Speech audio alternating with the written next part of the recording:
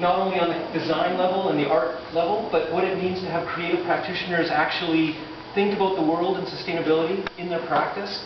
We're also starting to look at it in terms of institutional culture, what it means to have an institution think about sustainability, and if that has anything to do with material sustainability. They're really interesting questions. So I've been working with Ismail on other projects and with the design nerds, and I've gotten to be familiar with this project through colleagues and other friends. And I just find it a really kind of exciting event because it's piling on to so many other things that seem to be happening here. Last night we were at the launch of the Green Guide. I don't know if anyone was there. But that's this book that's 1/4 the thickness of the New York Architecture Guide was put together in 5 months, I think. It's kind of amazing accomplishment. And now this.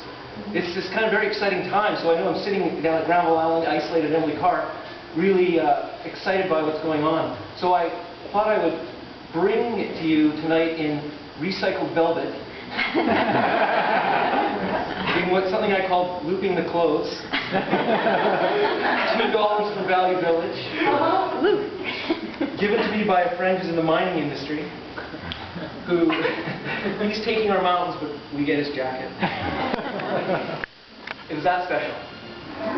So I guess it's really exciting because when we think about what we're trying to do at Emily Carr and how it interlaces with what's going on here, we try to take our students through the possibility of what it really means to think systemically or in integrated systems and the kind of language of integrated systems and what that means in terms of cradle to cradle.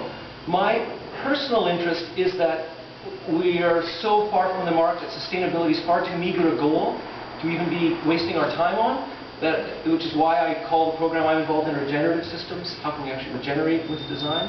How can a building actually make a better environment as opposed to costing the environment less? It's kind of an idea we deal with. We're imagining a kind of future that begins with a conversation about desired intentions.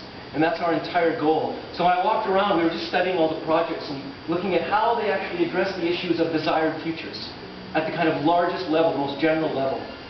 And one of the ways we speak about it is we talk about, don't worry about what sustainability means, just design excessive capacity. Whatever you do, design in excessive capacity. And it's kind of a challenging notion, but maybe if you think about things that have excessive capacity, they never run out. So it actually means designing in more waste, in kind of provocative terms. And so it's not about doing more with less and being more efficient and more meager, it's actually about being just excessive. And is it possible that if you design excessive capacity into systems, you actually end up short-circuiting the goal